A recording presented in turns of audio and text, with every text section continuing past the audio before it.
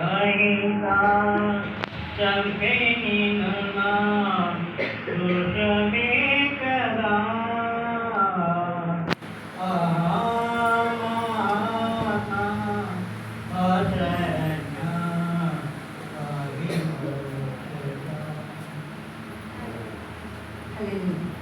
ఈ అవకాశం దయచేసిన దేవాదేవిని పొందడండి.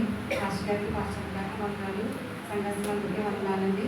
ఈరోజు నేను మూడో మాట చెప్తున్నానండి. యోహాను సువార్త 19వ అధ్యాయం 26-27. యేసు తన తల్లిను తాను ప్రేమించిన శిష్యుడు దగ్గర నిలుచున్నట్టు చూచి, అమ్మా ఇదిగో నీ కుమారుడు అని తన తల్లితో చెప్పాను. తర్వాత శిష్యుని చూచి, ఇదిగో నీ తల్లి అని చెప్పాను. ఆ గడి నుండి ఆ శిష్యుడు ఆమెను తన ఇంట చేర్చుకున్నాను. ఓకేనండి. తండ్రి యేసయ్య వాక్యం చెప్తుండగా చరిత్రను పనులు చెప్తానండి. మీ ఆత్మీయంగా చెప్పండి, శక్తిని దయచేయండి, ధైర్యంగా బాగా శక్తిని దయచేయండి. మంత్రులు వేసేయండి. సిలువలో 7 మాటలు పలికారు. మొదటి 3 మాటలు, తర్వాత 4 మాటలు పలికారండి. 3 మాటలు వచ్చి చుట్టూ ఉన్న వాళ్ళ గురించి చెప్పారు. 4 మాటలు వచ్చి తన గురించి చెప్పుకున్నారండి. ఫస్ట్ గురువారం రాత్రి ఆయన గెత్సేమనే తోటలో ఆయన శిష్యులు గెత్సేమనే తోటలో మామూలుగా పట్టుకున్నారు. ఆ రాత్రి ఒక కోర్టు నుంచి ఇంకో కోర్టుకి తీసుకువెళ్తూ ఉన్నారు. కైఫా, హెరోదు, పిలాతు వాళ్ళ దగ్గరికి మార్చి తీసుకెళ్లారండి. లాస్ట్లో పిలాతు దగ్గర తీసుకొచ్చారు. ఆ పిలాతు భార్య ఏమన్నారంటే, ఈ నీతిమంతుల జోలికి వెళ్ళొద్దు అని చెప్పారు. కానీ జనాలు ఏమన్నారంటే అండి, ఆయనకి సిలువ వేయాలంటే పిలాతు ఏం చేశాడండి, వాళ్ళకి అప్పచెప్పేశాడు, మీరు సిలువ వేసుకోండి. పెట్టుకులు అనే అడ్డకర్ర సరైన నిలువు కర్రలో యేసయ్యని 3 మేకులు కొట్టి సుమారుగా 6 గంటల సేపు ఆ సిలువలో వేలాడదీశారండి. 6 గంటల సేపు. ఉదయం 9 గంటలకి 3 మేకులు దిగొట్టి ఆయన ఆ గోతులో దింపారు. 9 గంటల నుంచి 12 గంటల వరకు ఆయన ఆ సిలువలో ఉన్నారు. ఆ టైంలో సూర్యుడు వెలుగుందండి. 12 గంటల నుంచి 3 గంటల వరకు అంధకారం అలుగుతుందండి. అంటే దగ్గర ఆ రోజు రాత్రి అంతా కూడా ఆయన్ని 6 కోట్ల వరకు తిప్పారండి. 3 మేకులు కొట్టారు. అంటే ఆయన 3 మేకులు చాలా మంది అనుకుంటారండి 3 మేకులు పీకోలేరండి. ఆయన 3 మేకులు ఎందుకు కొట్టారంటే మనలో ఉన్న మేకులు లాగడానికి ఆయన సిలువలో మేకులు కొట్టించుకున్నారండి. ఈరోజు మనకి గుడ్ ఫ్రైడే కదండి. గుడ్ ఫ్రైడే అంటే శుభ శుక్రవారం అంటే దేవాది దేవుడు సిలువలో మరణించిన రోజు మనకి శుభ శుక్రవారం ఎలా అవుతుందండి? ఎందుకంటే దేవాది దేవుడు సిలువలో మరణించాడు. ఆ రోజు మనకి శుభ శుక్రవారం ఎందుకు అవుతుందంటే ఆయన సిలువ మరణం ద్వారా మనకి ఆశీర్వాదం వచ్చిందండి. ఆయన సిలువలో మరణించడం ద్వారా మనకి ఏమైంది? ఆశీర్వాదం, గొప్ప ఆశీర్వాదాన్ని పొందుకున్నామండి. ఆయన ఇష్టంగానే ఈ లోకానికి వచ్చారండి. మరణించడానికి ఈ లోకానికి వచ్చారండి. అంతేగాని వీళ్ళు పట్టుకోవడం, వీళ్ళు చేయడం, వీళ్ళు సిలువ వేయడం ఇదంతా కాదు. ఆయన ఇష్టపూర్వకంగానే ఈ లోకానికి వచ్చారండి. మనకి ఎందుకోసం వచ్చారంటే నాశనానికి వెళ్ళిపోవాల్సిన మనల్ని జీవంలో నడిపించడానికి వచ్చారండి. రక్షణ కోసం వచ్చారు. చీకట్లో ఉన్న మనల్ని వెలుగులో నింపడానికి వచ్చారండి. శాపంలో ఉన్న మనల్ని జీవం ఆశీర్వదించడానికి వచ్చారు. అందుకే ఈరోజు మనకి శుక్రవారం అయింది. అందుకే గుడ్ ఫ్రైడే అనమాట. ఇప్పుడు వాక్యంలోకి వస్తేనండి యోహాను సువార్త 19:26-27లో ఏమంటున్నారంటే బాధ్యత. 3 ఫస్ట్ వచ్చి క్షమించు, 2 వచ్చి రక్షణ భాగ్యం గురించి చెప్పారు. అంటే వీళ్ళు ఎవరైనా రక్షణ పొందకపోతే రక్షణ పొందమని. 3 ఏంటంటే ప్రేమ బాధ్యత కలిగి ఉండాలి. అంటే మనం ఈ ప్రపంచంలో అండి దేవుడు యేసయ్య ప్రపంచంలో అందరికీ కూడా కుమారులకి ప్రజలందరికీ కూడా ఒక గొప్ప గుణపాఠం చెప్తున్నారండి. అదేంటంటే 1 తిమోతి 5వ అధ్యాయం 4-8 తీయండి. 1 తిమోతి 5వ అధ్యాయము 4-8 నేను చదువుతానండి. లాస్ట్లో తమ తల్లిదండ్రులకు ప్రత్యుపకారం చేయటకు మీ తల్లిదండ్రులకి ప్రత్యుపకారం చేయడం నేర్చుకోండి. అంటే అండి మన తల్లిదండ్రులు ఉపకారం చేస్తున్నారు. తల్లిదండ్రుల యొక్క బాధ్యత, ప్రేమ బాధ్యత గురించి 3వ వాక్యంలో ఉంటుందండి. వాళ్ళు మనకి ఏం చేశారు? ఉపకారం చేశారు కదా. మన తల్లిదండ్రులు మనకి చేశారా? చేయలేదండి. చేశారు కదా. మన కడుపులో ఉన్న దగ్గర నుంచి మన తల్లి 9 నెలలు మోసారు. తర్వాత కనీ పెంచి మనం ఈ రోజు ఇలా ఉన్నామంటే, మేము మనందరూ ఇలా ఉన్నామంటే మన తల్లిదండ్రులే కారణం అండి. వాళ్ళే లేకపోతే మనమే లేం కదా. అందుకని మనం ఏం చేయాలంటే మన తల్లిదండ్రులకి మనం ప్రత్యుపకారం చేయాలి. అంటే ఉపకారం చేయాలి. వాళ్ళని మనం విడిచిపెట్టకూడదండి. ఆయన ఆయన ఒకటే ఆలోచించారండి, సిలువలో ఉండగా నా కోసం నా తల్లి నాకు చాలా చేసింది. యేసయ్య ఏమనుకున్నాడంటే నా తల్లి నాకు చాలా చేసింది. ఏం చేసింది అంటేనండి 9 నెలల మోసం. అంతేకాకుండా ఆవిడ వివాహం కాకుండా ప్రెగ్నెంట్ అయ్యారండి. అదే కడుపుతో ఉన్నారు. దాంతో పరిశుద్ధాత్మ ద్వారా ఆవిడ కడుపుతో ఉన్నారు. కడుపుతో ఉన్నప్పుడు ఎంత అవమానం ఉంటుందండి జనాల్లో, సొసైటీలో మనకు విలువ ఉంటుందా? అలాంటి అవమానం భరించారండి ఆవిడ. ఎంతో అవమానం, ఎంతో బాధలు పడ్డారు. అలాంటి తల్లికి నేను ఏం చేయాలి అని ఆయన అనుకున్నారండి. ఆయన ఇలాగ నా కోసం చాలా అవమానం భరించింది. 9 నెలలు నా కోసం కని పెంచింది. మా అమ్మ నా కోసం ఎన్నో ప్రాబ్లమ్స్ ఎదుర్కొంది.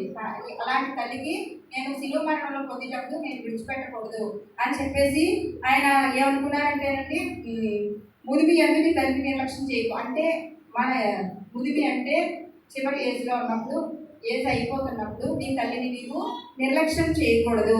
అదే అధ్యాయం 1 తిమోతి 5:8లోనండి, ఎవరైనా స్వకీయులను విశేషంగా తన ఇంటి వారిని తన తల్లిదండ్రులను ప్రేమించకపోతే నువ్వు ఎవరిని ప్రేమించగలవు? స్వకీయులు అంటే మన ఇంట్లో వాళ్ళని, మన తల్లిదండ్రుల్ని, మన సొంత వాళ్ళని. మన ఇంట్లో వాళ్ళని మనం ప్రేమించకపోతే మనం బయట వాళ్ళని ప్రేమించగలమండి? ప్రేమించలేం కదా. ముందు మన ఇంట్లో వాళ్ళని ప్రేమించాలి. ఇప్పుడు అలా ప్రేమించకపోతే ఏసై ఏమంటున్నారంటే, వాళ్ళు మన విశ్వాసులని చెప్పుకుని మన ఇంట్లో మనం ప్రేమించకపోతే వాళ్ళు అవిశ్వాసుల కన్నా చెడ్డవారంటండి. అంటే మన కుటుంబాల్లో ఉన్న వాళ్ళని తప్పకుండా ప్రేమించాలి. అదే యోహాను సువార్తలో అది ఏం చేస్తున్నారంటే, ఈ యోహాను సువార్త దీని యొక్క ఇందులో ఉన్నది ఏంటంటే ప్రేమ కలిగి ఉండాలి, బాధ్యత కలిగి ఉండాలి. ప్రేమ ఉండాలి, బాధ్యత ఉండాలి. ప్రేమ బాధ్యత అండి, ప్రేమ కలిగిన వాళ్ళు కుటుంబంలో ఉంటే బాధ్యత కలిగి ఉంటారండి. రెండు కూడా, ప్రేమ బాధ్యత కూడా రెండు ముడిపడి ఉంటాయి. ఎవరైతే ఇంటి యజమానికి ప్రేమ ఉంటుందో ఆ యజమాని ఆ కుటుంబం పట్ల బాధ్యత కలిగి ఉంటాడు. ఎవరైతే బాధ్యతగా ఉంటారో వాళ్ళు ప్రేమ కలిగి ఉంటారు. యోహాను సువార్తలో ఒకటి ఉంటుందండి, ఈ లోకమును ప్రభువు ఎంతగానో ప్రేమించాడు. ఈ లోకానికి యేసయ్య ఎందుకు వచ్చారండి? ఎందుకు వచ్చారు? నేను ఎందు నిమిత్తం పరలోకం నుండి నా తండ్రి వలన వచ్చాను. నేను ఎందు నిమిత్తం, ఆయన ఏ కారణం చేత పరలోకంలో నా తండ్రి వలన వచ్చాను. ఆయన తండ్రి పంపిస్తేనే ఈ లోకానికి వచ్చారండి. ఎందుకోసం వచ్చారంటే సర్వ మానవాళికి రక్షణ కల్పించడం కోసం వచ్చారండి. అంతే కదా, సర్వ మానవాళికి రక్షణ కల్పించడం కోసం వచ్చారండి. ఓకేనా? నేను వచ్చిన పని అయిపోయింది. నేను సిలువలో నేను మామూలు శిలువ మరణం పొందాను. నేను సర్వమానానికి రక్షణ కోసం వచ్చాను. నా పని అయిపోయింది. ఇక నేను శిలువ మరణం పొంది 3వ రోజు లేచి నేను ఆరోగ్యంగా వెళ్ళిపోతాను. నా బాధ్యత అయిపోయింది అని అనుకోలేదండి. ఆ టైంలో కూడా తన తల్లి గురించి ఆలోచించారండి. నేను వెళ్ళిపోతే నా తల్లి ఒంటరిది అయిపోతుంది, నా తల్లిని ఎవరు చూసుకుంటారు అని చెప్పేసి యోహాను చూసి ఇదిగో నీ తల్లి అని చెప్పారంటండి. ఎందుకంటే అంతమంది ఇక్కడ ఒకటి మనం గమనించాలంటే, చాలా మంది శిష్యులు ఉన్నారు కదా, యోహాను మాత్రమే ఎందుకు అప్పగించారంటే, యోహాను సువార్త మనం చదువుకుంటే అండి ప్రతి దాంట్లో కూడా ఎక్కువ ప్రేమ గురించి రాశారండి. ఆయన ప్రేమ అని యేసుక్రీస్తు. అందుకంటే యోహాను ఎంచుకోవడానికి కారణం ఏంటంటే, అంతమంది శిష్యులైనా యోహాను ఎంచుకోవడానికి మొదటి కారణం ఏంటంటే, ఆయన యోహాను సువార్తలో కూడా ప్రేమ గురించి ఎక్కువగా రాయడం జరిగిందండి. యోహాను తన వయసు అది పద్మాసు దీపంలో ఉండి ప్రకటన గ్రంథం రాశాడు కదండి. అక్కడ నుంచి బయటకు వచ్చిన తర్వాత ఆయన వృద్ధాప్యంలో ఉన్నప్పుడు ఎక్కడికైనా సువార్త కానీ వాక్యం చెప్పమని తీసుకెళ్తే ఎప్పుడు కూడా ఒకే మాట చెప్పేవారంటండి, నీవు ప్రేమ కలిగి ఉండాలి, ఒకరినొకరు ప్రేమించుకోవాలి. ఎప్పుడు చూసినా ప్రేమ అంటూ ఉండేవారంట. అంటే నువ్వు అందరినీ ప్రేమించాలని. అప్పుడు యేసయ్య దగ్గరుండి గమనించారండి. అది ఓకే, ఈయన చాలా ప్రేమ కలిగి ఉన్నాడు, ఇలాంటి అతనికి నా తల్లిని అప్పగిస్తే నాతో సమానంగా నా తల్లిని చూసుకుంటాడు అని చెప్పేసి ఆయన ఏం చేశారంటే, యోహాను చూపించి అమ్మా ఇదిగో నీ కుమారుడు, తల్లికి చూపించి ఇదిగో నీ కుమారుడు, యోహాను చూపించి ఇదిగో నీ తల్లి, ఇక్కడ నుంచి నువ్వు నా తల్లిని నువ్వు ప్రేమగా చూసుకోవాలి అని చెప్పారండి. ఎందుకంటే ఇప్పుడు ఆల్రెడీ యేసయ్య పుట్టిన తర్వాత అండి అందరికీ తెలుసు, తర్వాత 4 కుమార్తెలు ఉంటారండి. మత్తయి సువార్త 13:55-56లో ఈయన వడ్లవారి కుమారుడు కదా, వీళ్ళకి 4 సహోదరులు ఉంటారండి. సహోదరులు అంటే బ్రదర్స్ అండ్ సిస్టర్స్ యేసయ్య వెనకాల పుట్టారు, వాళ్ళు చూసుకుంటారు కదా, నాకు ఎందుకని చెప్పేసి తను వెళ్ళిపోయాడండి. వెళ్ళిపోలేదు. ఆయన ఏం చేశారంటే, నేను నేను వెళ్ళిన తర్వాత నేను శిలువ మరణం పొందిన తర్వాత నా తల్లిని యోహాన్ అయితేనే జాగ్రత్తగా చూసుకుంటాడు. సొంత సహోదరులు కూడా అప్పచెప్పకుండా యోహానికి మాత్రమే అప్పచెప్తాడండి. ఇంకోటి ఏంటంటే నిర్గమకాండ 20:12లో 10 ఆజ్ఞల్లో ఒక ఆజ్ఞ ఏమనంటే అండి, నీ తల్లిని నీ తండ్రిని సన్మానింపును. మీకు ఒక సీక్రెట్ చెప్పండి, మనం కనుక ఈ భూలోకంలో దీర్ఘాయువు పొందాలంటే మన తల్లిని తండ్రిని సన్మానిస్తే సరిపోతుందండి. మనం ఇంటి నూగేళ్ళు హ్యాపీగా సంతోషంగా బతకాలంటే మనం చేయాల్సిందల్లా ఏమీ లేదండి, తల్లిని తండ్రిని సన్మానించాలండి. అది దేవుడి ఆజ్ఞల్లో ఒక ఆజ్ఞ ఏంటంటే నీ తల్లిని తండ్రిని సన్మానింపు దీర్ఘాయుష్మంతుడు అవుతాడు. దేవాది దేవుడే చెప్పాడండి. తర్వాత సామెతల్లో కూడా నీ తల్లి ముదిమి ఎంత ఆమె నిర్లక్ష్యం చేయకు, అంటే ఆవిడ వయసు అయిపోయినప్పుడు నీ తల్లిని వదిలిపెట్టేకు, ఆవిడని జాగ్రత్త, ఇలాంటి ఆజ్ఞలన్నీ తల్లి గురించి ఆయన చాలా ఇచ్చాడనమాట. అంటే ఏంటంటే తల్లి పట్ల ఆయనకు ఒక బాధ్యత ఉంది. ఈ రోజు అండి మనకి చూసుకుంటే చాలా ఓల్డేజ్ హోమ్లు ఉన్నాయండి. ఏం చేస్తున్నారండి, కుమార్తెలు కలిపి వాళ్ళని వృద్ధాశ్రమంలో జాయిన్ చేసేస్తున్నారు. ఎందుకు అలాగా జాయిన్ చేసేటట్టే కదండి చాలా ఓల్డేజ్ హోమ్లు ఉంటాయి మనకి, వృద్ధాశ్రమాలు ఉన్నాయి. ఎందుకు, తల్లిదండ్రుల్ని కొంచెం వయసు వచ్చిన తర్వాత వదిలేసి వచ్చేస్తున్నారండి, అక్కడ వదిలేస్తున్నారు.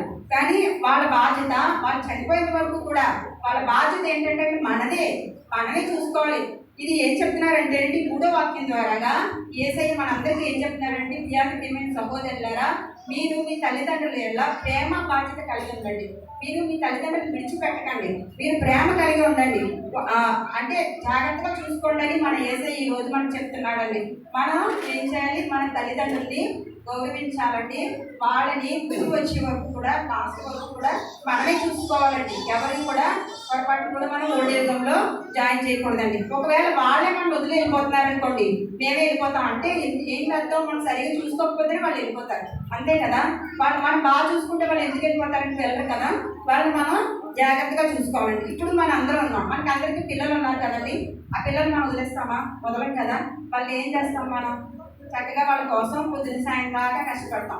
వీలైతే ఎక్స్ట్రా డ్యూటీలు కూడా చేసి వాళ్ళకి కావాల్సినవన్నీ కొనిస్తామండి. మన తల్లిదండ్రులు కూడా మన కోసం అలా కొనిచ్చారు కదా, కొనిచ్చారా లేదండి, కొనిచ్చారు కదా.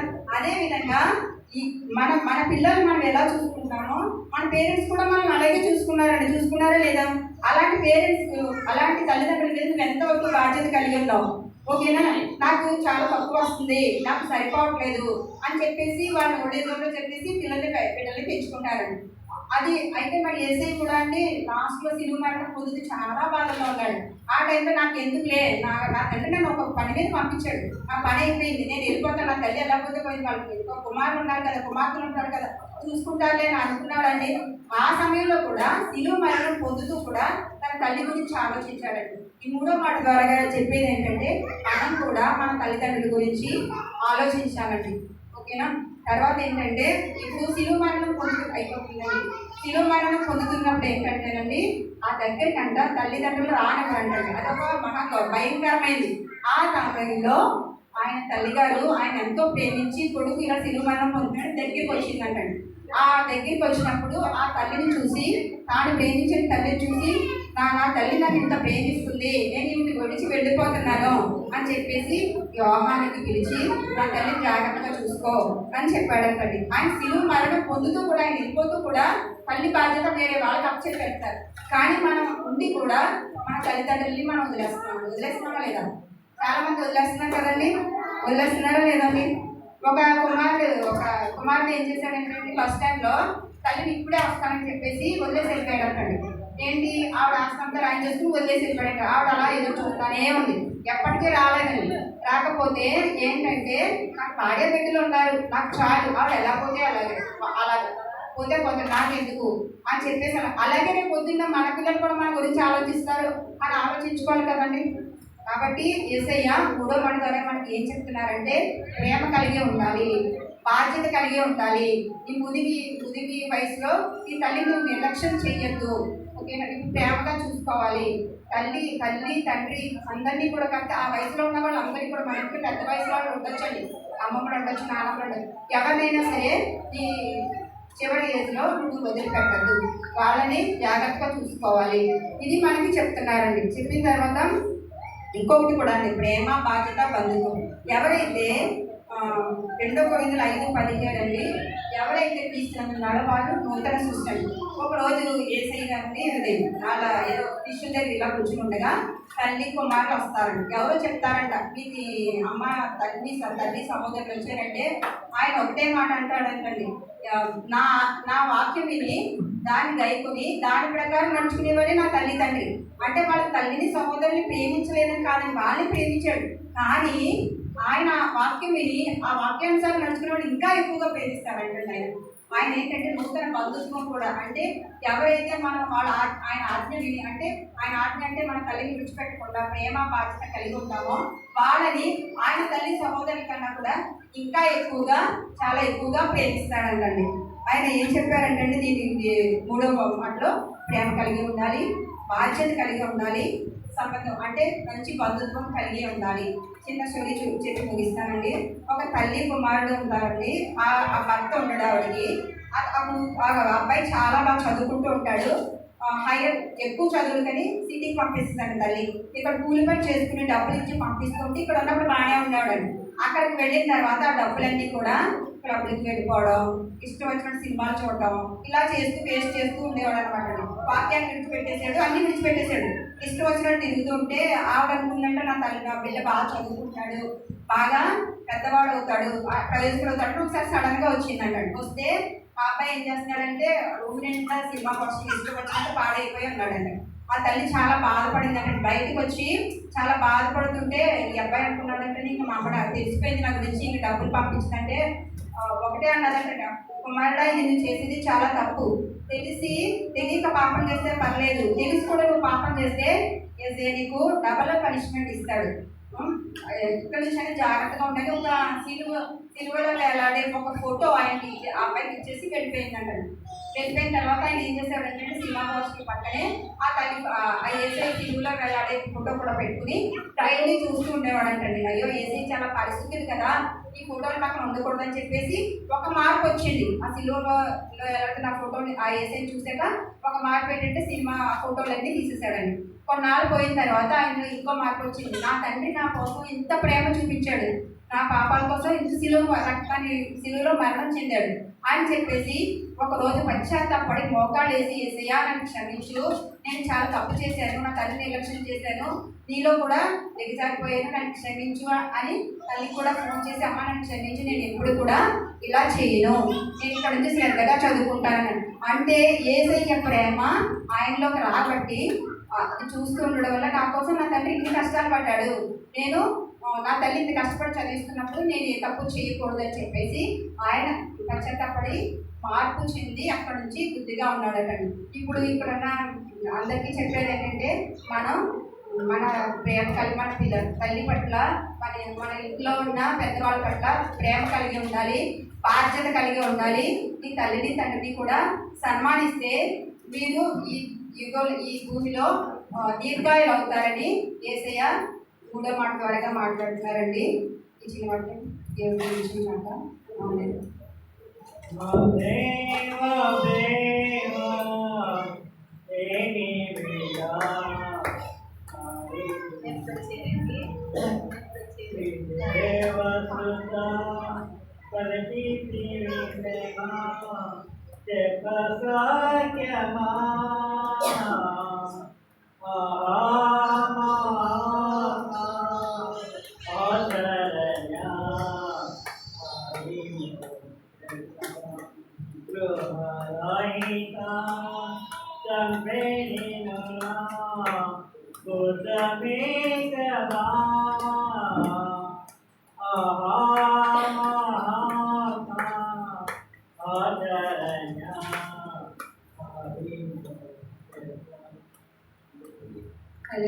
దేవుని పొందడానికి రాష్ట్రానికి పూర్వజ సహోదరులందరూ పొందడానికి వాటిని చెప్పడానికి అవకాశం ఇచ్చినట్లయితే సేవకుల్లో మహాపరిశుద్ధుడా ఘనమైన దైవ కృపగల తండ్రి, ఏ యోగ్యత లేని వాళ్ళు తండ్రి, మరి నీ మాట చెప్పడానికి మాకు జ్ఞానము శక్తి చెప్పుటకు దయచేయమని ఏసయ్య నామని అడుగుతున్నాను తండ్రి.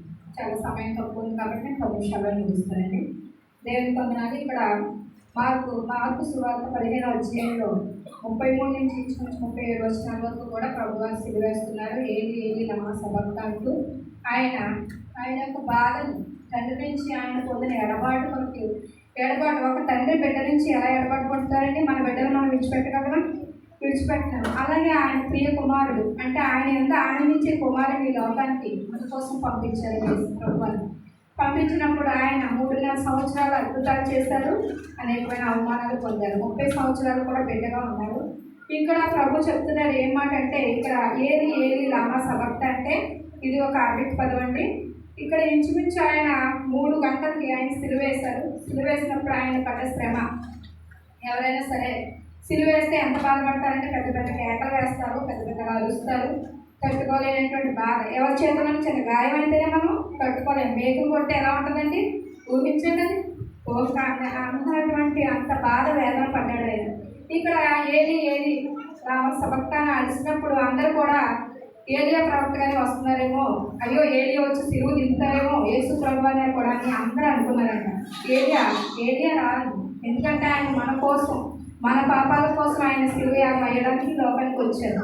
వాళ్ళందరూ కూడా మనకు తెలియదు కదండి, దేవుడు ఏది ఏది లామ సబక్త అంటే నా తండ్రి ఇలా చేయి నన్ను ఎలా చూస్తున్నామని ప్రభుని అంటే తన తండ్రిని అడుగుతున్నాడు. ఇక్కడ చాలామంది అనుకోవచ్చు యేసు ప్రభువారు సిలువ ఎందుకు వేస్తారు, ఎందుకు సిలువలో చాలామంది ఒక వ్యక్తి ఉంటాడండి, అక్కడ సిలువ వేసిన తర్వాత చిరికినవ్వడానికి ఒక వ్యక్తి వస్తారు. ఆ వ్యక్తి వచ్చినప్పుడు అక్కడ ఆయన నిజంగా చనిపోయాడా లేదా అని తెలుసుకోవడానికి పక్కన బళ్ళకి ఒక పోటు పొడుస్తారు. పొడిచినప్పుడు ఆయన రక్తము నీరు కలిపి 2 మైలు వలె ప్రభుని కారుతూ ఉంటుంది. ఆ కారి పొడిచిన వ్యక్తి ఎవరో తెలుసండి, ఇక్కడ దేవుడు ఒక అద్భుతం చేశాడు. ఆ పొడిచిన వ్యక్తికి చిన్ననాటి నుంచి ఒక కన్ను కనిపించడం పట్టండి. ఆ కన్ను కనిపించిన వ్యక్తి ఈ బళ్ళంతా ఎప్పుడైతే పొడిచాడో ఈ రక్తం చుక్కు వెళ్ళి ఆ కంట్లో పడ్డదండి.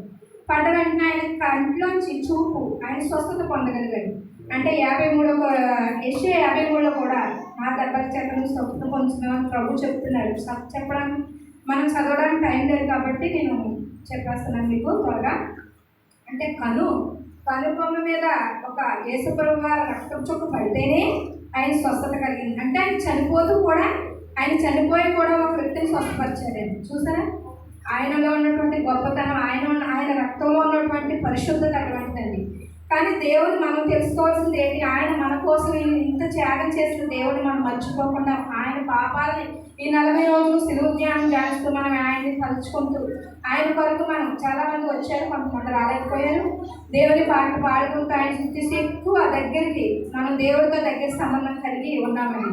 ఇక్కడ ఇంకోటి కూడా చెప్పాలి, 4 గొర్రె పిల్లల గురించి చెప్పాలనుకుంటున్నాను.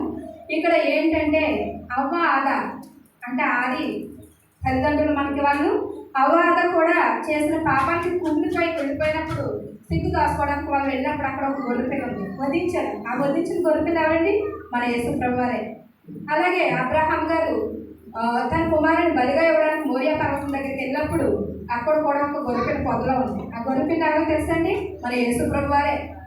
ఇక్కడ చాలామంది అనుకోవచ్చు గొర్రెపిల్ల ఎవరు వదకు తేబడ్డ గొర్రెపిల్ల అండి. ఆయన గొర్రెపిల్లగానే లోకానికి పంపించాడు తండ్రి. పంపించినప్పుడు తన రక్తాన్ని కార్చి మన పాపాల కొరకు ఆయన ప్రాణాన్ని త్యాగం చేశారు. ఇక్కడ ఇంకో మాట కూడా చెప్తున్నానండి, అక్కడ ఏవేలు అర్పించిన గొర్రెపిల్ల ఎవరండి, ఆయనే యేసు ప్రభువారే. ఇలా యేసు ప్రభువారు అనేక విధాలుగా మనకి గొర్రెపిల్లగా వచ్చి లోకంలో వధ చేయబడ్డారు, అనేక అవమానాలు పడ్డారు. ఆయన వస్త్రాలు మనకిచ్చి, ఆయన పరిశుద్ధమైన వస్త్రాలు మనకిచ్చి మన పాప వస్త్రాలు ఆయన ధరించాడు. అందుకని పాప అయిన వ్యక్తి బ్రతకడానికి ఈ లోపల అర్హత లేదని ఆయన్ని అందరూ కలిసి మనం అందరం కోరుకునే చేస్తామండి. ఆయనకి మనందరమే కదండి సిలువేయమన్నాం ఆయన్ని. ఆ కాలంలో మనం అందరూ ఆయన పెట్టలే కాబట్టి అందరూ కలిసి ఆయన సిలువేయమని అడిగారు. దొంగలు వినిపించమన్నారు, నీతిమంతులు సిలువేయమన్నారు. కానీ అక్కడ హేరోదు మహారాజు, అక్కడ పిలాతు, వీళ్ళందరూ ఉన్నారు. అక్కడ చాలామంది ఆయన దేవుడిని తీసుకొచ్చినప్పుడు ఆయన ఒక్క మాట కూడా మాట్లాడలేదు, యూదుల రాజువేనా అని అడిగినప్పుడు మౌనం వహించారు. ఒక క్షణం ఆయన మౌనం ఎందుకు వహించారండి, మన కోసమే వహించారు, మన పాపాల కోసమే ఆయన మౌనం వహించారు. ఆయన మౌనం వహించకపోతే మనకు పాప విమోచన ఎక్కడ ఉంటుంది? ఒకవేళ తండ్రి అసలు ఎందుకు చెయ్యి విడిచాడని మీకు డౌట్ రావచ్చు. ఎందుకంటే తండ్రి కనుక చెయ్యి విడిచిపెట్టకపోయి ఉంటే మన చెయ్యి దేవుడు ఎలా పట్టుకుంటాడండి, పట్టుకోగలదు అసలు. ఆయన బలి అవ్వకపోతే మనకు పాప విమోచన ఎక్కడ ఉంది, మన పాపంలోనే ఉంటాం. ఇంకా అందుకని తన తండ్రి మన ప్రియ కుమారుడు ఒక్క క్షణం చెయ్యి విడిచిపెట్టాడు. ఆయన మన చేయి పట్టుకున్నాడు, అంటే ఆయన బలయ్యాడు మన కోసం. ఇక్కడ అలాగే చెప్తున్నారు. దేవాలయత్తారు కూడా చినిగిపోయింది. దేవాలయత్తారు అంటే మన ఇంట్లో వేసుకునే కట్టులు కాదండి, చాలా దృఢంగా ఉంటుంది అది. ఒక గుర్రం ఒక ఏలుగా చింపినా కూడా చిరగదంట తెర. అలాంటి తెర చినిగిపోయింది. చినిగిపోయినప్పుడు దేవుడికి మనకి మధ్యన ఒక ఒక తెర చినిగిపోయింది. ఇప్పుడు మనం బలిబడి దగ్గరికి రాగలుగుతున్నామంటే ఏంటి? ఇలా రావడానికి ఆ కాలంలో, ఆది కాలంలో, పాత కాలంలో లేదు. కానీ మనకి దేవుడు స్పష్టంగా వచ్చి ఆయన బలిపీఠం దగ్గర కూర్చుని పాటలు పాడడానికి, వాక్యం చెప్పడానికి, మాట్లాడడానికి, సాక్ష్యం చెప్పడానికి ఉంటుంది. అలా ఆ కాలంలో లేదండి. ఒక యాజకుడు మాత్రమే అందులో పెరగాలి. అది కూడా నిష్కళంకమైన మనసు, అంటే యథార్థమైన మనసున్న వ్యక్తి అయితేనే అందులోకి వెళ్ళగలరు. అది యథార్థత లేకపోతే అక్కడే చనిపోతారు. మళ్ళీ ఆయన తీసుకుని అక్కడ తోడు కట్టి లాగి ఒక సహోదరుడు మనం చెప్పారు, మనకి అటువంటి రీతిలో ఉంటుంది. మనం యథార్థంగా పవిత్ర స్థలానికి వచ్చినప్పుడు మళ్ళీ ఎన్ని పాపాలన్నా ఉండొచ్చు. పాపం చేయకుండా నరుడైతే ఈ లోపల ఎవరు పుట్టలేదు. తల్లి గర్భం నుంచే అండపిండంగా మనం పాపాలే ఉంటాం. కాబట్టి దేవుని దగ్గర ఎలాంటి పాపానికైనా క్షమాపణ ఉంటుంది. క్షమించడానికి లోకానికి వచ్చారు. మొదటి 3 మాటలు కూడా ఇతరుల కొరకే చెప్పారు క్షమాపణ గురించి. కానీ ఇది తన గురించి చెప్తున్నారండి ప్రభువారు. యేసు ప్రభువారు తన యొక్క రక్త గురించి చెప్తున్నారు. ఇక్కడ ఏం చెప్తున్నారంటే నిర్గమకాండం 15:26 నేను స్వస్థపరచువాడని నేనే అని వాగ్దానం చేశాడండి దేవుడు. ఆయన స్వస్థపరచడానికి లోకానికి వచ్చాడు. అందుకని మనం చాలామంది బొచ్చు కత్తిరించేటప్పుడు దేవుడి గొర్రెపిల్లగా వచ్చి ఆ బొచ్చు కత్తిరించే టైంలో కూడా ఆయన మౌనంగానే ఆయన బొచ్చు కత్తిరించడం అంటే ఆయన వీపు మీద ఎవరైనా ఒక కొరడా దెబ్బ తిరగదండి. ఆయన మాంసాలు చూసి 39 దెబ్బలు కొట్టారంటే చూడండి, అదంతా రక్తమయం అయిపోయి ఆయన ఎంత త్యాగం చేశాడో మన గురించి ఫలించుకుంటే మనకి కన్నీళ్ళు లాగవు. చాలా బాధగా అనిపిస్తుంది ప్రార్థన చేసినప్పుడు, బాధ కలుగుతుంది. అటువంటి సమయంలో కూడా దేవుడు మనల్ని విడిచిపెట్టలేదు. ఇక్కడ ఒకే ఒక మాట చెప్తున్నానండి, దేవుని ఉగ్రత అంటే మనకి దేవుడి నుంచి శత్రుత్వం ఎక్కడి నుంచి ఆ కాలం నుంచే మనకి శత్రుత్వం మొదలైనప్పుడు దేవుడు ఏం చేశాడంటే ఆ శత్రుత్వాన్ని గెలవడానికి ఈ లోకానికి వచ్చి మనకి 3 మాటలుగా చెప్పారు. మొదట అవమానించబడాలి, దెబ్బలు కొట్టడం, మరణం సంభవించడం. ఇవన్నీ కూడా ఎందుకు జరుగుతుందండి? పాపం చేసిన వాళ్ళకి జరుగుతుంది. కానీ యేసుప్రభు పాపం చేస్తారా? చేయలేదు. ఈ 3 కూడా ఆయన భరించాడు. మన గురించి ఇవన్నీ చేస్తుంటాయి. దేవుడు ఎవరి గురించి కాదండి, మన కోసమే చేశారు. కానీ ఒక బిడ్డను ఒక తల్లి అలా పంపించగలదండి ఎవరన్నా? బలివ్వడానికి ఏ తల్లి పంపించదు. కానీ ఆయన మన కోసం తన ప్రియ కుమారుణ్ణి, ఎంతో ప్రేమించే కుమారుణ్ణి, మన బిడ్డలు మనం ఒక క్షణం విడిచిపెట్టి ఉండలేము. కానీ ప్రియమైన కుమారుడితో ఆనందించే దేవుడు ఈ లోకానికి వచ్చి తన ప్రాణాన్ని విడిచిపెట్టాడు. కీర్తన 103లో కూడా మన సంకటములని కుదుర్చువాడు ఆయనే అని చెప్తున్నాడు. ఇక్కడ చాలాసార్లు మనం దేవుని అనుకుంటాం, ఏం చేయడు. ఎందుకు చేయడండి? దేవుడి దగ్గరికి వెళ్ళి మనం మనస్ఫూర్తిగా పూర్ణ హృదయంతో అడిగితే చేస్తాడు. ఎందుకు చేయలేదు? నాకు చేస్తాడని ఎవరు కాదు. నేను సజీవంగా బ్రతుకున్నానంటే దేవుడు నన్ను బ్రతికించడం వల్ల 2 సంవత్సరాలు నేను వాక్యానికి సన్నిధికి కూడా దూరం అయిపోయింది. ఇలా వాక్యం చెప్పి ఇలా నిలబడతాను, ఇలా సన్నిధికి 40 రోజులు కూడా నేను రాగలిగే కృపను దేవుడు ఇచ్చాడండి. ఒక్కనాడు కూడా నేను రాగడం మానేలేదు. కానీ ఎందుకంటే దేవుడు బతికించాడు. బతికినా చచ్చినా ఆయన బతికేసి రావాలనుకున్నాము, వచ్చేసాను. మాది దూరమే నడిచి రావాలండి. మీరందరూ కూడా ఉపవాస ప్రార్థనలు, శ్రమ దినాలు ప్రార్థనలు పెట్టినప్పుడు ఖచ్చితంగా రావాలంటే ఇంటికాడ ఎన్నో పనులు ఉంటాయి. పనులు మానేసి 1 గంట 2 గంటలు వదిలేసి దేవుని సన్నిధిలో గడపడం మనకి ఎంతో ఆశీర్వాదకరంగా ఉంటుంది. దేవుడు ఇలా చెప్తున్నాడు అంటే బాధించినా కూడా ఆయన నోరు తెరవలేదు. ఎంత వేదన పడ్డాడో చూడండి మన కోసం. యేసు ప్రభు నేను మీకు చిన్నగా సింపుల్గా ఒక చెప్తాను, ఏమీ కాదు. ఒక తల్లికి 2 బిడ్డలు ఉన్నారు. 2 బిడ్డలు, పెద్ద బిడ్డ సాఫ్ట్వేర్ మంచి ఉద్యోగం చేస్తాడు. చిన్న బిడ్డ ఏం చేశాడు? ఎందుకు కాకుండా ఉన్నాడు. అంటే అబ్బాయి కొంచెం తల్లి మాట వినకుండా వ్యసనాలు పాలు స్నేహితులతో తిరిగాడు. కానీ ఆ బిడ్డ ఏం చేశాడు? ఈ చిన్న బిడ్డ అలా పెరిగిపోయి దొంగతనాలు చేయరు. దొంగతనకపోతే ఏం చేస్తారండి? దొంగతనాలు చేస్తారు. అలాంటి పిల్లలు దొంగతనాలు చేయడం ప్రారంభించినప్పుడు ఒక బస్సులో ఒక పెళ్లివారు వెళ్తున్నప్పుడు ఆయన చంపాలని అనుకోకుండా ముగ్గురు చంపేసినప్పుడు వాళ్ళంతా రక్తంతో ఉండి పలుపు వచ్చి వాళ్ళ అన్ని దగ్గరికి వచ్చి తలుపు కొట్టినప్పుడు ఇది నా తమ్ముడు స్వరలా ఉందని గొప్పగా వచ్చారు. ఆ పలుపు తీసి ఆ సహోదరుని చూసి ఇంట్లోకి రాని చెప్పి ఈయన పరిశుద్ధమైన బట్టలు ఆయన రక్తం బట్టలు ఈయన వేసుకుని వాళ్ళు తలుపుకుంటూ పోలీసులు జనందరూ వస్తుంటే ఈయన వెళ్ళాడండి. ఆయన అప్పుడు ఈయన చంపింది ఈయన అంటే ఆయన తీసుకెళ్ళిపోయినప్పుడు ఆయన వెళ్ళే ముందు ఒక మాట చెప్పాడు, ఇక్కడైనా నీ బ్రతుకు మార్చుకొని చెప్పాడు. కానీ ఆయన ఏం చేశాడండి? తన బ్రతుకును మార్చుకోవడానికి కారణం ఇంకోటి కూడా చేశాడు. ఆయనకి కోర్టు ఉరి శిక్ష విధించింది. ఉరి శిక్ష విధించినప్పుడు ఆ బోన్లో ఆ శిక్ష వేసేటప్పుడు మీ ఆఖరి కోరిక ఏంటని అడిగినప్పుడు నా తమ్ముడిని తీసుకొచ్చి నా ముందు నిల్చోబెట్టుకున్నాను అడిగారు. అంటే నాకు ఉరేసేటప్పుడు నా తమ్ముడు చూడాలి, నేను పడ్డ బాగా చూసి వాడిలో వ్యసనాలన్నీ విడిచిపెట్టాలని ఆయన ఆ రకంగా చేశారు. అక్కడ ఉరేసాడు. ఆయన చూస్తూ ఎంతో బాధపడ్డాడు. నా కోసమే కదా నా అన్న ఇంత త్యాగం చేసి తన ప్రాణాన్ని ఇచ్చాడు అని వేదన పడి ఆ రోజు నుంచి ఆయన మారు మనసు పొందాడు. అలాగే మన కోసం యేసుప్రభు వారు సిలువ వేసి తన రక్తాన్ని కార్చి ఆయన మనకి విమోచన కలగజేశారు. కాబట్టి మనం కూడా ఆయన తలుచుకుని మనలో ఉన్న పాపాలన్నీ విడిచిపెట్టి ఆయన వెంబడించేవారుగా ఉండాలి. దేవుడి ఇచ్చిన వాక్యాన్ని దీవించుకుంటాను. దాపి గుణచు నానాటచు చెప్పి విగదా ఇకగిరిని బదనందా నేవినికు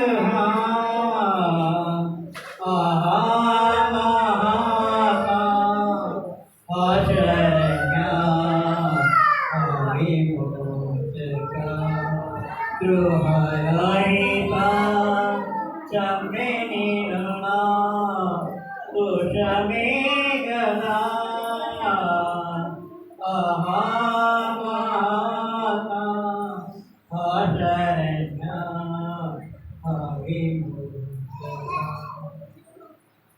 మనకి అవకాశం ఇచ్చినటువంటి దేవాది దేవునికి దైవజనులకు కూడిన సంఘానికి ఆయన వందనాలండి.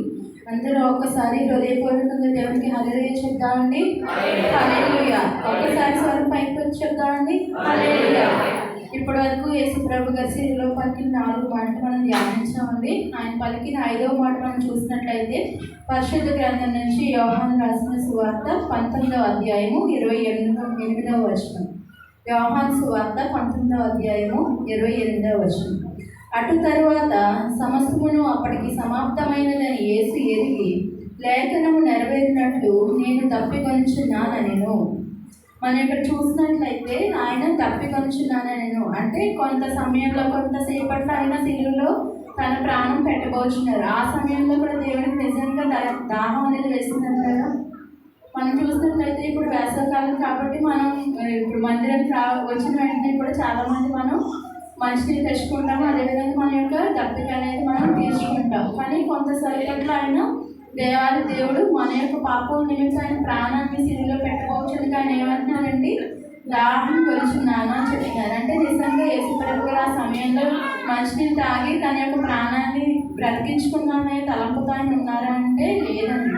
అక్కడ మనం చూసినట్లయితే లేఖనము నెరవేరినట్లు కీర్తనలు 22వ అధ్యాయం 15వ వచనం. కీర్తనలు 22:15వ వచనం ఒకసారి చూద్దామండి.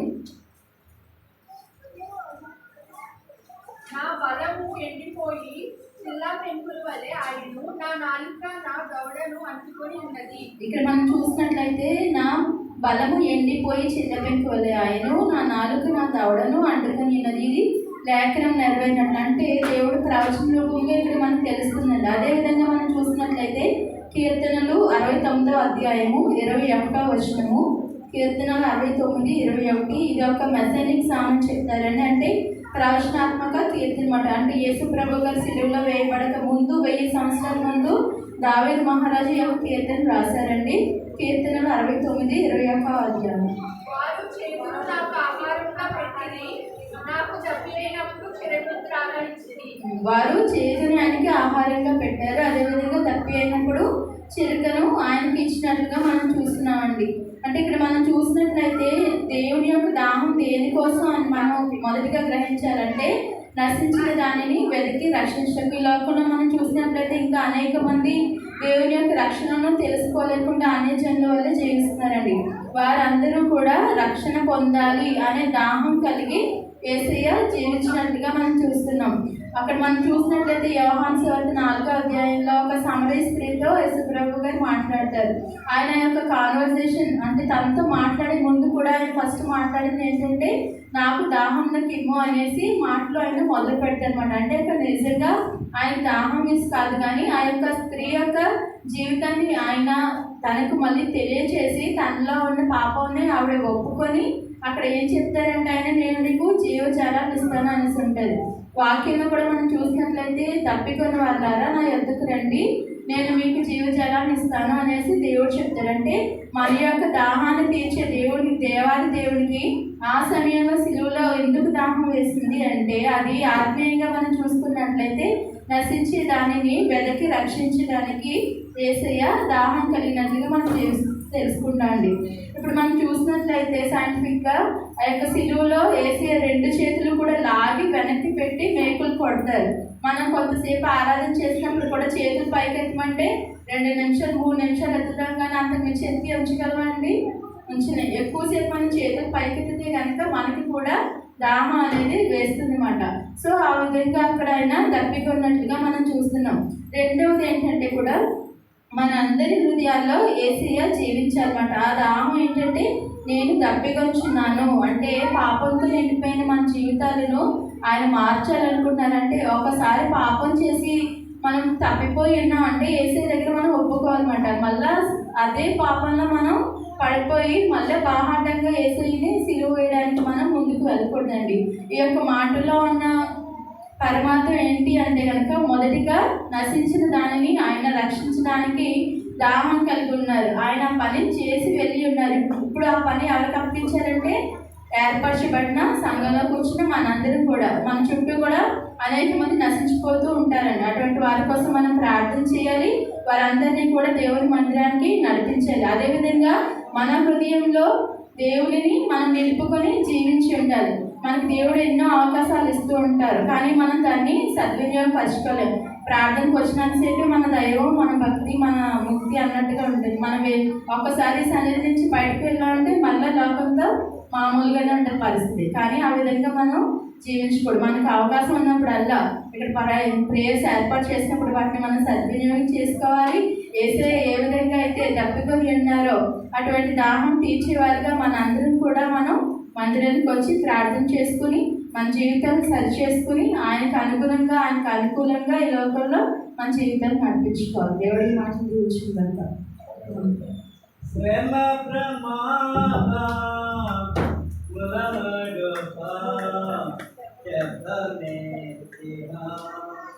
సమాప్తమైన సంయుక్తి సమసిద్ధి గదా ఆత్మ ఆచరణ్య అవిమోచన ద్రోహరహిత చంపిన దోషమే గదా మహాత్మ ఆచరణ్య అవిమోచన.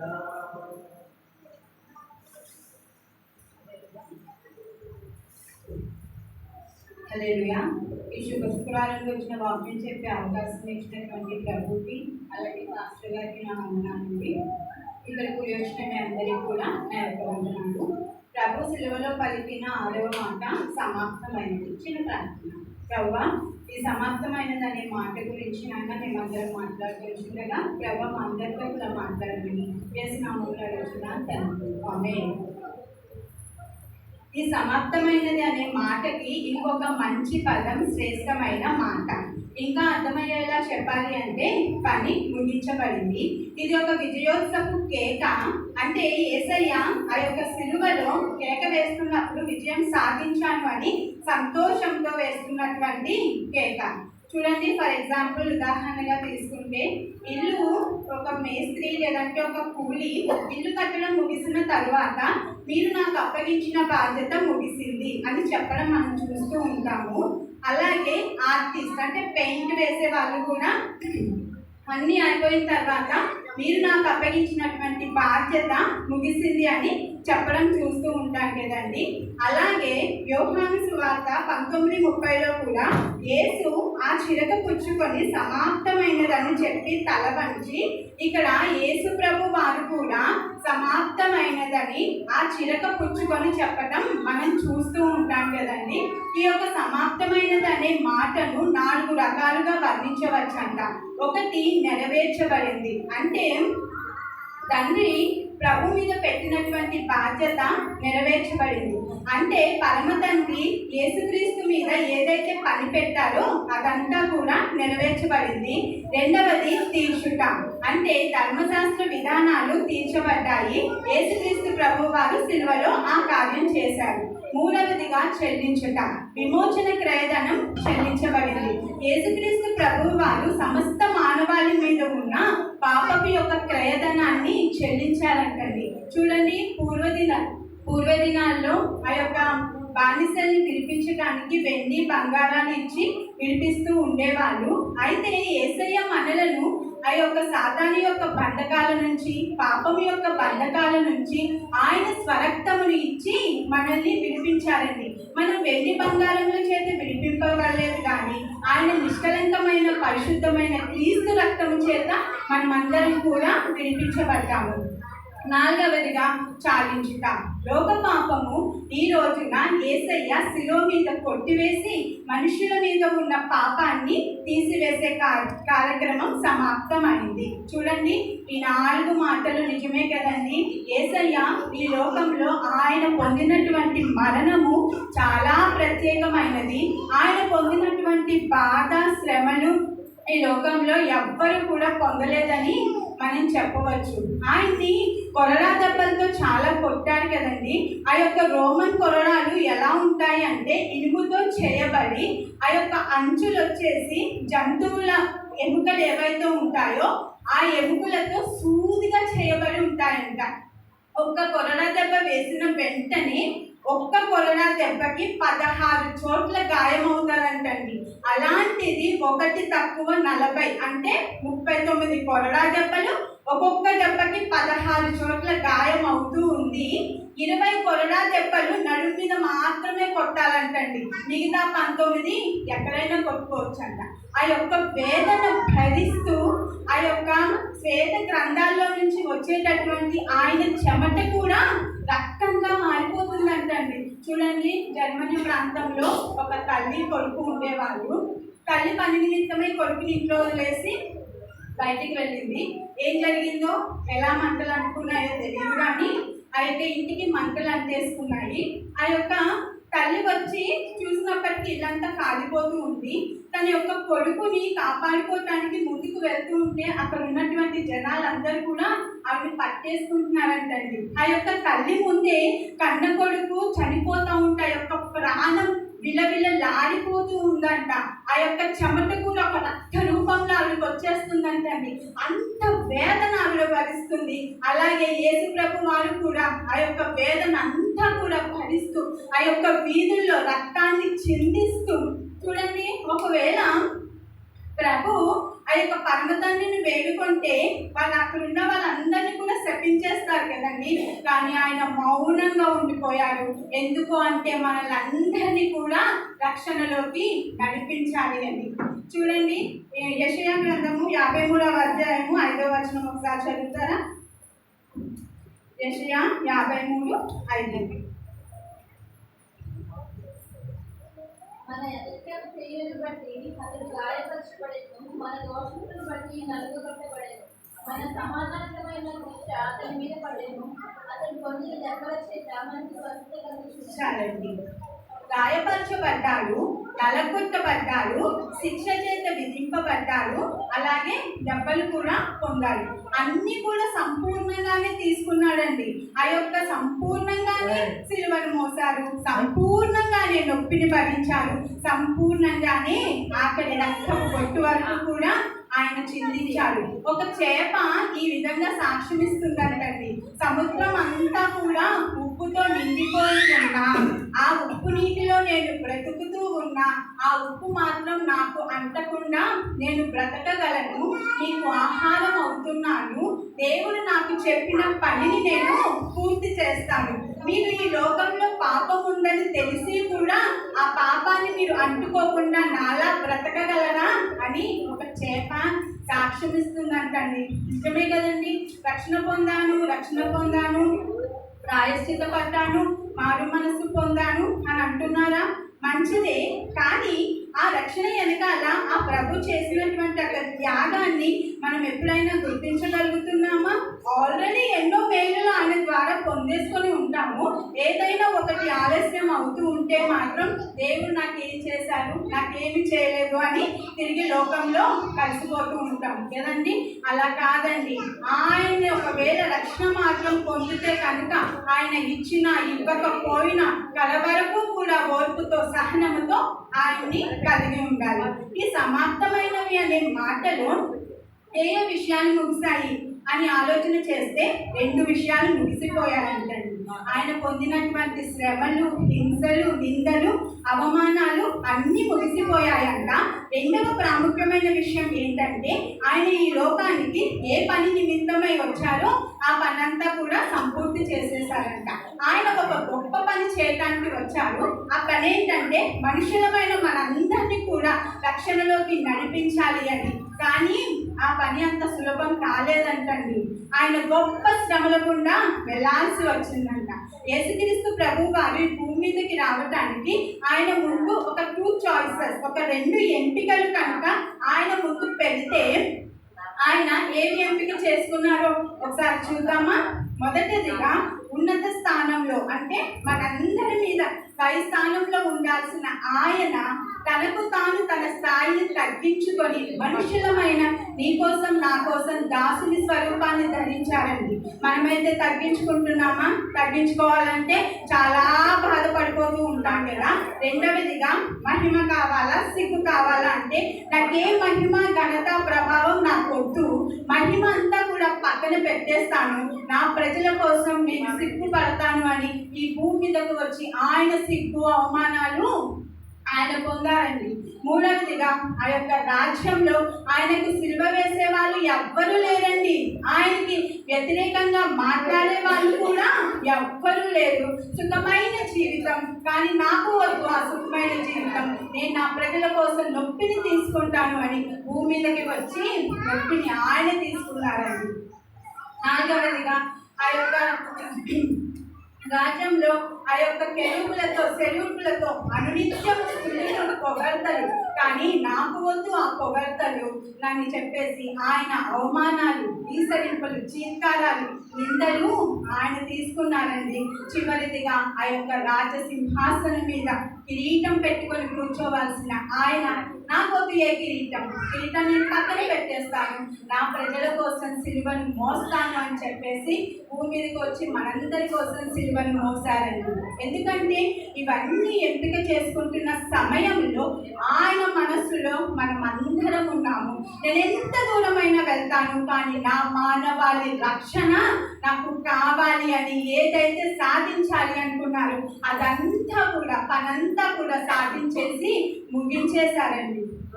చూడండి, ఆయన ద్వారా అన్ని విధాల మేలు పొందుకున్నాము, అన్ని విధాల స్వస్థతలు పొందుకున్నారు, అన్ని విధాల ఉపయోగాలు పొందుకున్నారు. కానీ సిలువ వేస్తున్న సమయంలో, తీర్పు తీరుస్తున్న సమయంలో మాత్రము సిలువ వేయండి అని గోల చేశారు కదా.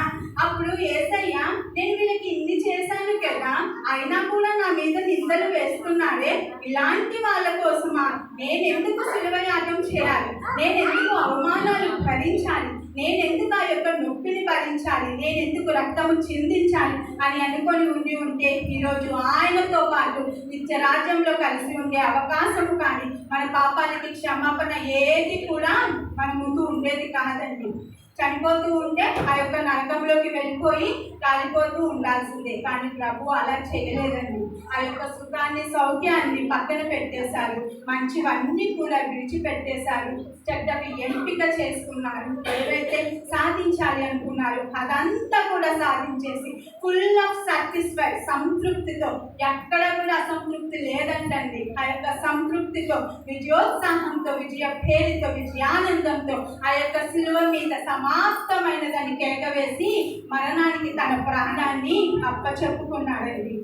ఈ ఉదయకాల సమయం ఈ గుడ్ ఫ్రైడే రోజున మన స్పందన ఎలా ఉంది? దేవుడైతే మన ముందు అన్నీ పెట్టేశారండి. మన పాపాలకి క్షమాపణ, శాంతి, సమాధానము, సంతోషము అన్నీ కూడా మీ ముందు పెట్టేశారు. ఇప్పుడు మన హృదయాలు ఎలా ఉన్నాయో ఆలోచించుకోవాలి. ప్రభువా, నీవు ఇచ్చినటువంటి శాంతి, సమాధానము, పాపాలకి క్షమాపణ, సంతోషము నాకు కావాలి అని యేసయ్య వైపు చూస్తున్నావా? లేదు అంటే ఈ లోకం వైపు చూస్తున్నావా? ఈ ఉదయకాల సమయం అందు మనల్ని మనం ఒక్కసారి పరీక్ష చేసుకుందాం. దేవుని కొద్ది మాటలు దీవించును కాక.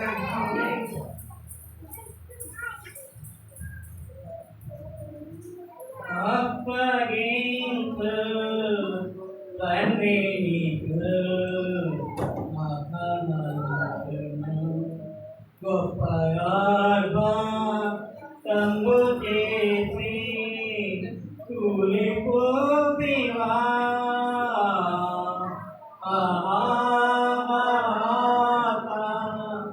ఆశరణ్య గృహరహిత చంపేని గణా దోషమే గదా మహాత్మా ఆశరణ్య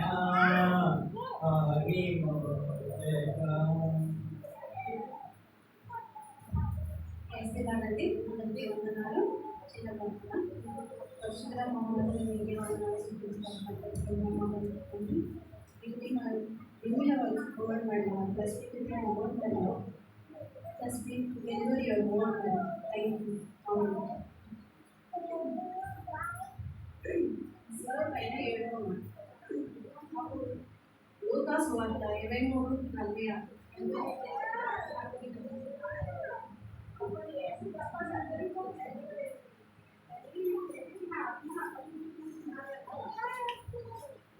యేసు గొప్ప శబ్దంతో కేకలు వేసి, తండ్రి, నీ చేతికి నా ఆత్మను అప్పగించుకుంటున్నాను అని చెప్పి అతను ప్రాణం విడిచానండి.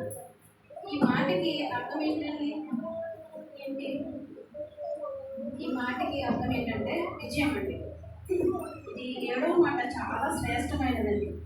శ్రేష్టమైనది, సంపూర్ణమైనది, సమర్పణకు గుర్తండి.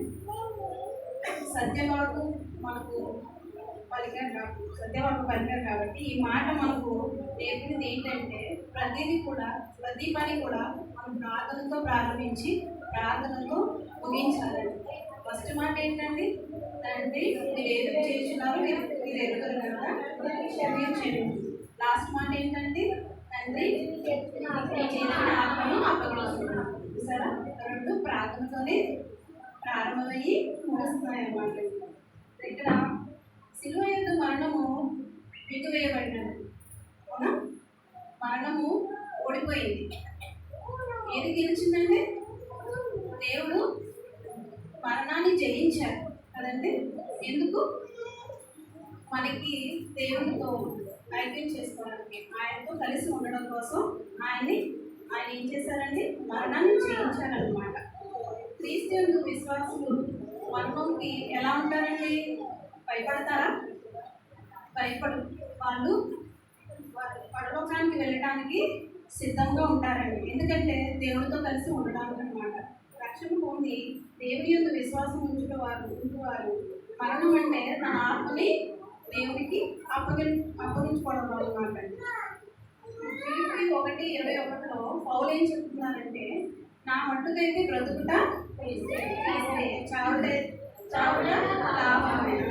చావైతే లాభమే. అవిశ్వాసం మరణంకి భయపడతారండి. ఎందుకు భయపడతారు? ఎందుకంటే ప్రకటన 21:8 ప్రకారం క్రీస్తుని ఎదుర్కొని వారు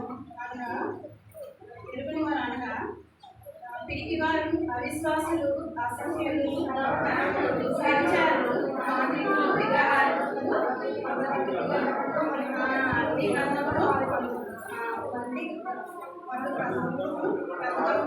పాల్పొందుతుంది.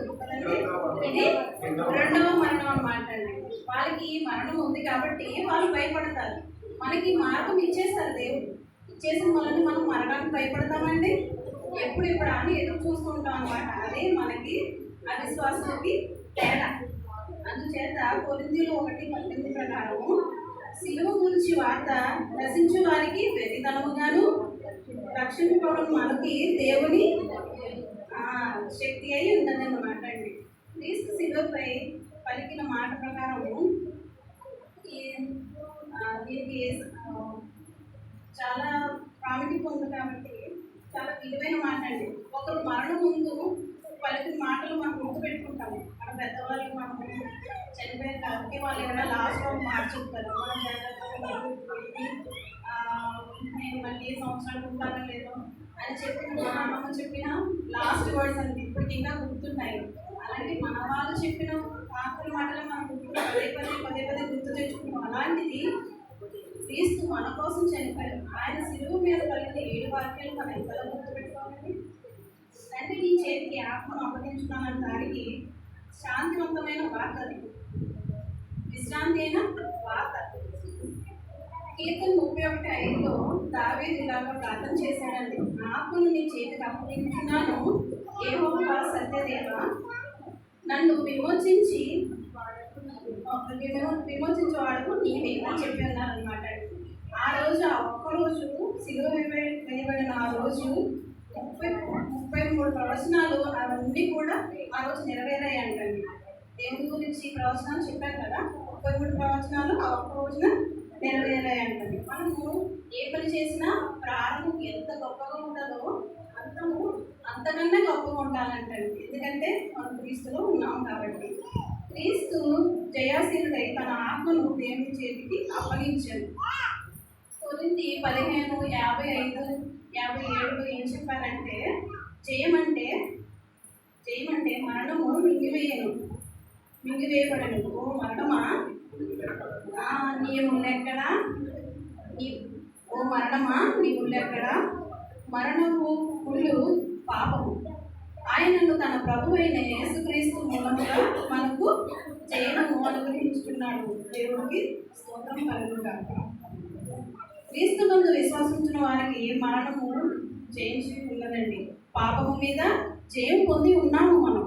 ఎందుకంటే దేవుడు మనకి మన రక్తముతో కడిగి ఉన్నారు కాబట్టి మనకి మార్గం ఉంది. మనము మరణం మీద విజయం సాధించాము. యోహాను 16:33లో లోకము మీకు శ్రమ కలుగును, అయినను ధైర్యము తెచ్చుకుని నేను లోకమును జయించి ఉన్నాను అని చెప్పి ఉన్నారనమాట అండి. అని దేవుడు చెప్తున్నారు మనకు. అందుకని శ్రమ వస్తే భయపడాలంటే భయపడకు. ఎందుకు? మరణాన్ని ఆయన జయించారు. అందుకు మనం భయపడక్కర్లేదు. ఎందుకంటే రెండో మరణం మనకు లేదు. క్రీస్తు శిలువలో చేసిన కార్యం ద్వారా మనకు జయం కలిగింది. ఆయన మరణము జయించి 3వ దినమున పునరుద్ధానం అయ్యారు. ఆకాశంలో మరో కనుక మనం మారు మనసు పొంది ఉంటే కనుక త్వరలో వస్తారని ప్రభు రాకడికి ఎదురు చూస్తూ ఉంటామండి. మనలో ఎవరును బ్రతుకుట దేవుని కోసమే, చావైనను దేవుని కోసమే, బ్రతుకులైనను చావు అయినను మనం క్రీస్తు కొరకే అనమాట అండి. అది చెప్పాలంటే అలెగ్జాండర్ ది గ్రేట్ అని విన్నానండి. ఆయన లోకానంతా జయించి లోకం అంతటి నేనే రాజు అవ్వాలనుకుని ఏం చేశాడంటే మొత్తం లోకంతా జయించుకుంటూ వెళ్ళాడు. కానీ ఒక చిన్న డ్రామా వల్ల అతను అనారోగ్య పాలయ్యాడు అనమాట. అప్పుడు ఒకటే అన్నాడు, ఎంతోమంది డాక్టర్స్ పిలిచి ఎన్ని టెస్ట్ చేసి ఏదో బయటపడాలని చెప్పి ఏదో చూశారు. కానీ వాళ్ళు లాస్ట్కి నిర్ధారించింది ఏంటంటే మీకు మరణము తప్పదండి, మేము మా చేతిలో ఏమీ లేదు అని చెప్పేసరికి అప్పుడు లాస్ట్ ఒకటే చెప్పారంటున్నారు.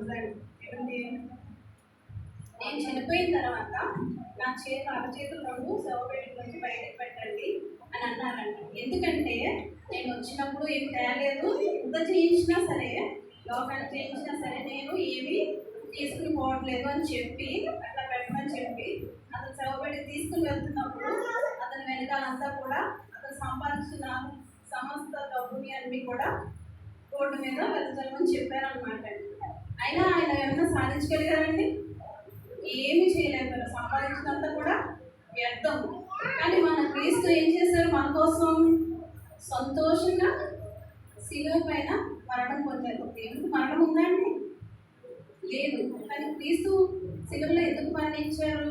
ఎందుకంటే మనలాంటి వాళ్ళు చాలా మంది, కొంతమంది ఏమంటారంటే ఇది మంచిగా ఉండు, ఇది మంచి పనులు చేయండి, యథార్థంగా ఉండండి అంటే దేవా నీకు దేవుడు కనుక నీకు సమస్తము సాధ్యమే, కానీ మేము మనుషులు పాపంలో ఉన్నాము, మాకు సాధ్యం కాదని అంటాం కదా. అందుకోసం దేవుడు మానవ స్వరూపంగా ఈ లోకానికి వచ్చి పూజ చేసి చూపించాడండి. ఇలా కూడా ఉండొచ్చు, నేను ఈ లోకంలో ఉన్నాను, అన్ని పాపాలు నా దగ్గరకు వచ్చాయి, కానీ నేను ఏమి కూడా పొందలేదు. ఎందుకంటే దేవుడికి నా ఆత్మ అప్పగించుకున్నాను, దేవుడు ఎప్పుడు కూడా నాతోనే ఉన్నాడని చెప్పేసి ఆయన చూపించి, మనిషిగా పుట్టారు కాబట్టి చెప్పుకోవాలి కాబట్టి ఆయన సిలువలో మన పాపాల కోసం ఆయన బలి అర్పించుకున్నారు.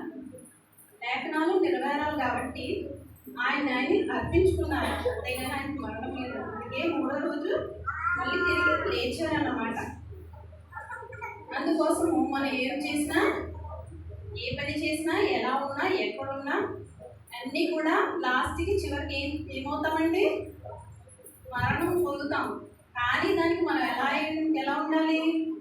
సిద్ధపడి ఉండాలి. ఎందుకంటే దేవుడు ఆల్రెడీ మనకి మరణాన్ని జయించి ఇచ్చాడు కాబట్టి, రెండో మరణం లేదు కాబట్టి హ్యాపీగా ఇప్పుడు యథార్థంగా ఉండి దేవుడు వాక్యంలో నడిచి ఆయనతో కూడా ఉండి ఆయన ఏం చెప్పారో వాక్య ప్రకారం మనం నడుచుకుంటే ఎక్కడ ఉంటామండి? మనం దేవుని రాజ్యంలో ఉంటాం. అందుకోసం సంతోషించాలి. కానీ మనకు ఆల్రెడీ రోడ్డు వేసేసారు ఆయన. అందరికీ తెలియదు పాపం, వాళ్ళు ఏం చేయాలో తెలియదు. మోక్షం పొందాలంటే ఏం చేయాలి, ఏదో పూజ చేస్తుంది అంటే మనకన్నా ఎక్కువ చేస్తుంటారు. నేను చూస్తానండి, ఉపవాసాలు ఎన్ని ఉపవాసాలు చేస్తారు, ఎక్కడెక్కడికో వెళ్తున్నారు. వాళ్ళకి ఏమి ఇచ్చారు? దేవుడు ఒక సంఘం ఇచ్చారు. సంఘంలో ఇద్దరు ప్రార్థన చేస్తే నేను అక్కడ ఉంటాను అంటున్నారు. డైరెక్ట్గా మాట్లాడతానంట. మనం ఎక్కడికి వెళ్ళవలసిన అవసరం లేదు, అదంతా వ్యర్థము. కానీ మనకి మార్గం ఉంది, తెలిసి కూడా మనం ఏం చేస్తాం? ఒక్కొక్కసారి తప్పిపోతున్నాం. బట్ అన్యులకి మార్గం లేదండి. వాళ్ళకి క్రీస్తు అంటే ఒక వ్యక్తి, ఒక ఇది అంతే. అందరితో పాటు ఆయన ఒక దేవుడు అనుకుంటున్నారు, కానీ ఈయనే మార్గం అని వాళ్ళకి తెలియదు. ఈ వాక్యం మనకు వచ్చి మనకి విశ్వాసం వచ్చిందంటే దేవుడు మనం పట్టుకున్నారు కాబట్టి మనం ఆయన తెలుసుకున్నాము. అది వాళ్ళకి తెలియదండి. అందుకోసమే వాళ్ళు భయపడుతున్నారు. ఎవరైనా చెప్పుకుంటున్నారంటే ఇంకో జన్మ ఉంటారని అనుకుంటున్నారు. బట్ అది ఏముండవని వాళ్ళకి తెలియదు. మనం వెళ్తే దేవుడి దగ్గరికి వెళ్ళాలి, లేకపోతే ఏమవుతామండి? రెండో మరణానికి గురి అవుతాం అన్నమాట. సో మనం దేవుని తెలుసుకుని యథార్థంగా ఉండి ఆయన మార్గాలన్నీ ఆ మార్గంలో నడుచుకుంటే ఏమవుతామండి? మనం కూడా ఆయనతో ఐక్యం అవుతాం. దేవుడు ఈ చిన్న వాక్యాన్ని దీవించుకుంటారు. పాట పాడుతున్నప్పుడు దేవుడి ప్రార్థన తీసుకుంటాం. చిన్న ప్రార్థన చేసుకుంటాం. పరిశుద్ధుడా, మహోన్నత తండ్రి, సర్వశక్తిమంతుడా, ఇప్పటివరకునైనా ప్రభు శిలువలో పలికిన 7 మాటలను వెనక